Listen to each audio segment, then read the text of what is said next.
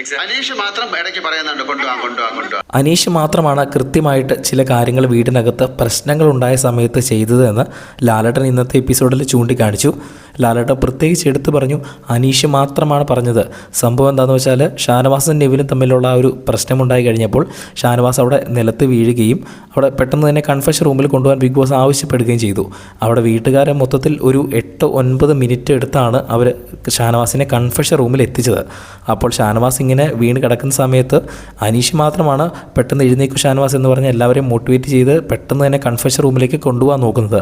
അതേ സമയത്ത് അവിടെ അക്ബറും ആര്യനും നെവിനും ഇത് ഡ്രാമയാണെന്ന് പറഞ്ഞ് ആദ്യം തന്നെ മാറി നിന്നു. അത് കഴിഞ്ഞിട്ട് അവർ തിരിച്ചു വന്ന സമയത്ത് അനുവും അവിടെ ബാക്കിയുള്ള പട്ടാ ഗേൾസൊക്കെ അവരോട് എതിർക്കാൻ പോയി, അടിയുണ്ടാക്കാൻ പോയി. അങ്ങനെ എല്ലാവരും തന്നെ ബാക്കി അങ്ങോട്ടും ഇങ്ങോട്ടും പേഴ്സണൽ ഗ്രഡ്ജ് വെച്ച് വഴക്കുണ്ടാക്കിക്കൊണ്ടിരിക്കുകയാണ്. ആ സമയത്ത് അനീഷ് മാത്രമാണ് ഒരു 4-5 തവണ ഇങ്ങനെ ഇടയ്ക്കിടയ്ക്ക് പറയുന്നുണ്ട് ഷാനവാസ് എഴുന്നേക്കും, നമുക്ക് എല്ലാവരും കൂടെ എഴുന്നേൽപ്പിക്കൂ, കൊണ്ടുപോകും, കൺഫഷൻ റൂമിലേക്ക് കൊണ്ടുപോകും എന്ന് അനീഷ് മാത്രമാണ് അവിടെ പറഞ്ഞത്. അത് ലാലേട്ടൻ ഇന്നത്തെ എപ്പിസോഡിൽ എടുത്ത് പറയുന്നുണ്ടായിരുന്നു.